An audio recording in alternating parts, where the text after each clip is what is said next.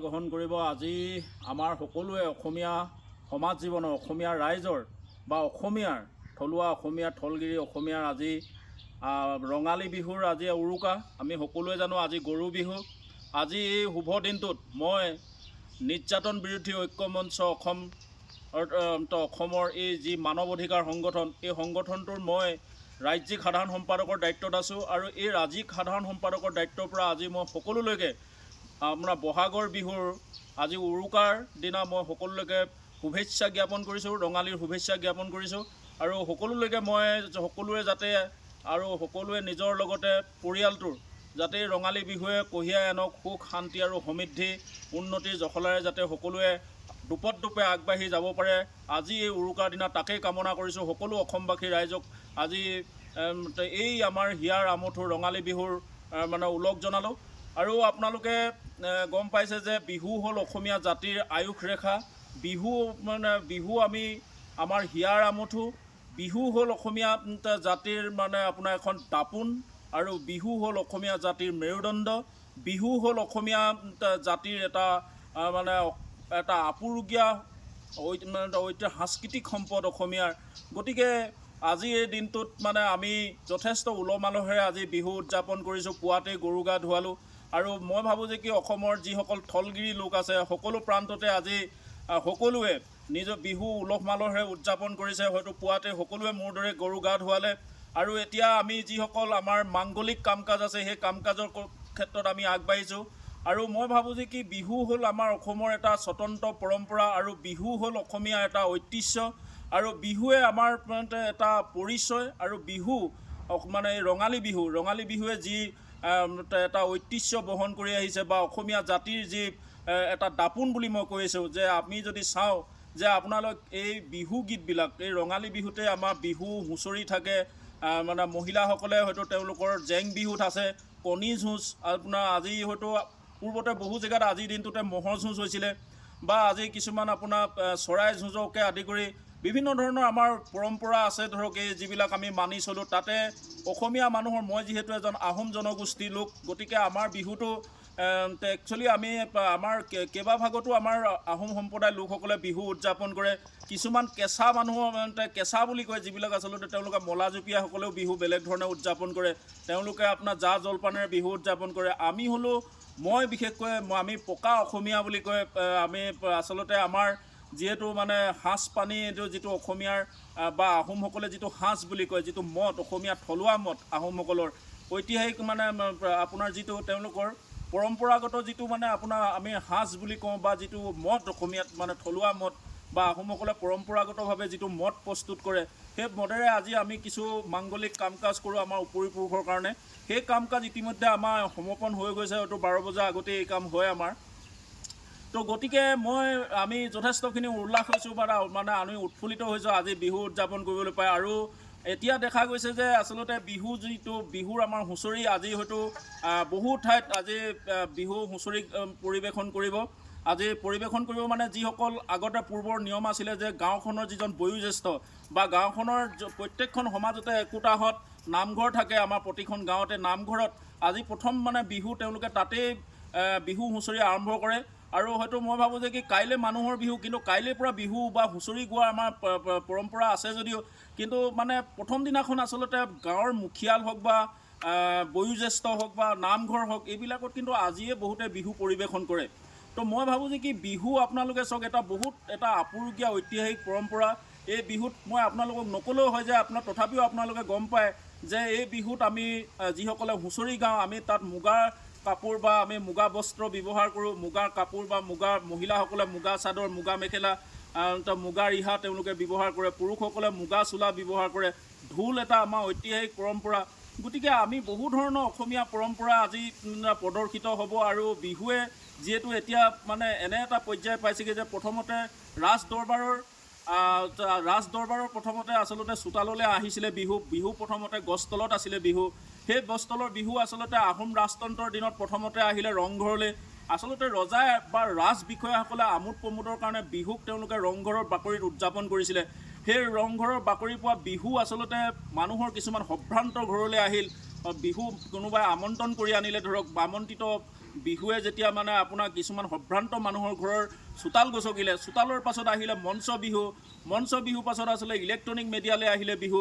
এতিয়া বিহু আচলতে বিহুৱে কিন্তু একচুৱেলি আমি যদি আৰু এটা কথা কওঁ, অসমৰ পৰম্পৰাবিলাকৰ ভিতৰত বা যিবিলাক আমাৰ ঐতিহাসিক বা যিবিলাক আমাৰ উৎসৱ আছিলে, যিবিলাক আমি আমাৰ জাতীয় উৎসৱ, যেনে ধৰক আপোনাৰ ভাওনা হওক বা জয়া উৎসৱ হওক বা সাধনী উৎসৱ হওক বা অসমৰ বা বিভিন্ন ধৰণৰ জনগোষ্ঠীবিলাকৰ তেওঁলোকৰো প্ৰত্যেকৰে বিভিন্ন তেওঁলোকৰ মানে আপোনাৰ সাংস্কৃতিক তেওঁলোকৰ মঞ্চ আছে বা তেওঁলোকৰ সাংস্কৃতিক তেওঁলোকৰ বিভিন্ন ধৰণৰ উৎসৱ আছে। কিন্তু সেই উৎসৱবিলাকৰ ভিতৰত যদি আমি চাওঁ, বিহুৱে কিন্তু আধুনিকতাৰ লগত আৰু বিহুৱে কিন্তু পৰিস্থিতিৰ লগত বা বিহুৱে কিন্তু সময়ৰ লগত খোজ পেলাবলৈ সক্ষম হৈছে।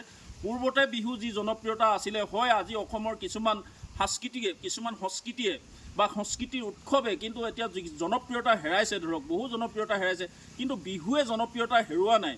বিহুৱে কিন্তু দুপে বিহু মানে আচলতে ধৰক ক্ৰমান্বয়ে যদিও আমাৰ ফিল্ড পৰিৱৰ্তন হৈছে বা ঠাই ক্ষেত্ৰ পৰিৱৰ্তন হৈছে বিহু উদযাপনৰ, যেনে ধৰক মই ক'লোঁ যে আগতে গছ তলৰ বিহু ৰংঘৰ বাকৰিলৈ আহিলে, ৰংঘৰ বাকৰিৰ পাছত আপোনাৰ ৰাজ বিষয়াসকলক চোতাললৈ আহিলে, ৰাজ বিষয়াৰ পাছত আপোনাৰ সভ্ৰান্ত ঘৰৰ চোতাললৈ আহিলে, তাৰ পাছতে বিহু মঞ্চলৈ আহিলে, মঞ্চৰ পাছত বিহু ইলেক্ট্ৰনিক মিডিয়ালৈ আহিলে, টিভি ৰেডিঅ'লৈ আহিলে।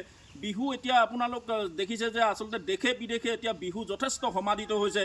বিহুৱে এক মানে আপোনাৰ দীঘলীয়া আপোনাৰ তেওঁলোকে এক বৰ্ণিল যাত্ৰা যাত্ৰাৰে তেওঁলোক খোজ ল'বলৈ সক্ষম হৈছে। আৰু মই ভাবোঁ যে কি ৰঙালী বিহু নিশ্চিতভাৱে যথেষ্ট গোটেই দেশে বিদেশে শেহতীয়াভাৱে সমাদিত হৈছে। আৰু মই ভাবোঁ যে কি বিহু অসমীয়া হিয়াৰ আমঠু হৈ থাকক, বিহুৱে আমাৰ মানে বিহুৱে ঐতিহ্য বহন কৰি থাকক। আৰু এটা কথা মই কওঁ যে খুব গুৰুত্বপূৰ্ণ কথা, বিহু হ'ল অসমীয়া জাতিৰ এখন দাপোন, অসমীয়া জাতি অসমীয়া থলগিৰি লোকৰ এখন দাপোন। কেনেদৰে দাপোন মই আপোনালোকক বুজাই দিছোঁ। বিহু গীতবিলাক যদি আমি ভাল ধৰণে বিশ্লেষণ কৰি চাওঁ, বিহু যদি আমি প্ৰতিটো গীত বা আমি পূৰ্বৰ পৰা যিবিলাক গীত আমি যদি চৰ্চালৈ আহোঁ, তেতিয়া আপোনালোকে দেখিছে প্ৰতিটো সময়ত বিহুৱে কিন্তু এখন প্ৰতিচ্ছবি অসমীয়া জনজীৱনক দি গৈছে। এই কথাটো যদি আপুনি কওঁ, এটা টাইমত চাব যে আমাৰ এটা খুব সুন্দৰ গীত আছিলে, স্বৰ্গদেউ ওলালে বাট চৰা বাটলে, দুলীয়াই পাতিলে দোলা, কাণত জিলিকিলে নৰা জনফাই, গাতে গুমচেঙৰ চোলা। আচলতে সেই সময়ত যে ৰাজতন্ত্ৰ আছিলে, ৰাজতন্ত্ৰত যে আহোম ৰাজতন্ত্ৰ আছিলে, আহোম ৰাজতন্ত্ৰত যে ৰাজ বিষয়া আছিলে বা আহোম ৰাজতন্ত্ৰৰ যিজন মানে ৰজা, সেইজনক যে স্বৰ্গদেউ বুলি কৈছিলে, আচলতে সেই কথাবোৰ যে আচলতে বিহু গীতটিয়ে তাৰ প্ৰমাণ কৰি দিয়ে। চাওক, স্বৰ্গদেউ ওলালে বাট চৰা বাটলে, চাওক বাট চৰা আপোনাৰ ৰাজ দৰবাৰত যিটো আপোনাৰ তেওঁলোকৰ আমি যদি শিৱসাগৰ যিটো কাৰেংঘৰ দেখোঁ, তাত আপোনাৰ বাটচৰা বুলি এটা বাট আছে। সেই বাটচৰা বাটটো যদি আমি চাওঁ, ৰজাৰ আচলতে সেই কাৰেংঘৰত থাকে, কাৰেঙৰ পৰা তেওঁ আচলতে বিহুৰ দিনা নিশ্চিতভাৱে বাহিৰলৈ ওলায়।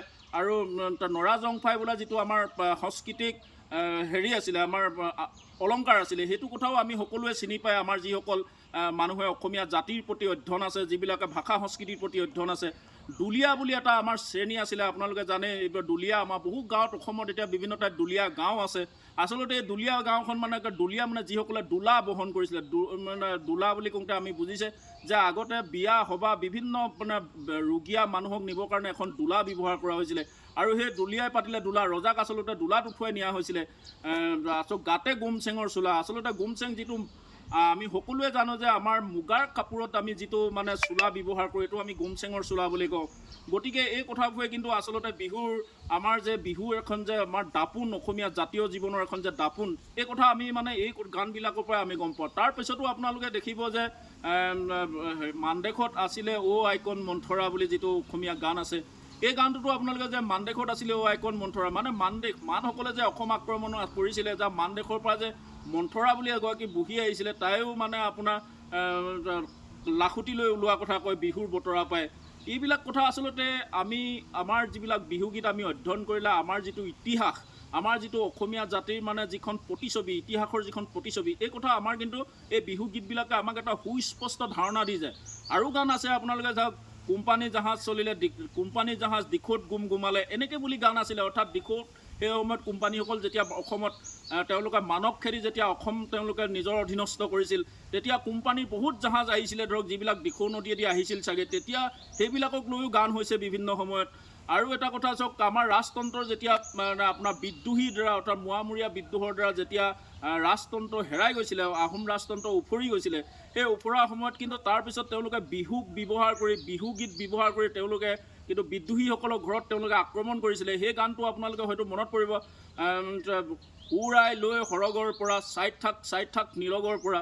অৰ্থাৎ এই গানবিলাকে যে আচলতে অসমীয়া জাতিৰ ঐতিহ্য বহন কৰিছে। তাৰ পাছতো যদি আমি চাওঁ যে বগী বগী ছোৱালীক মানে নিব কলি কলিবোৰ শগুনে খাব, অৰ্থাৎ সেই কথাবোৰ আপোনাৰ বিহুগীতত আমি পাইছোঁ যে এই কথাটো বুজাইছে যে যে খুব অত্যাচাৰী আছিল তেওঁলোক, যে তেওঁলোকে যে আচলতে বহু যে তেনেকুৱা ধুনীয়া ধুনীয়া অসমীয়া সুন্দৰীক যে তেওঁলোকে যুদ্ধত পৰাজিত আহোমসকলৰ যে তেওঁলোকৰ জীয়ৰী বোৱাৰীবিলাকক যে তেওঁলোকে ধৰি লৈ গৈছিলে, যিবিলাক ধুনীয়া সুন্দৰ বগী ছোৱালীবিলাকক যে তেওঁলোকৰ নিজ দেশলৈ যে তেওঁলোকে লগত ধৰি লৈ গৈছিলে, এই কথাটো গীতটোৱে কিন্তু আপোনালোকে সুন্দৰ এটা প্ৰতিফলন আমাক দিয়ে।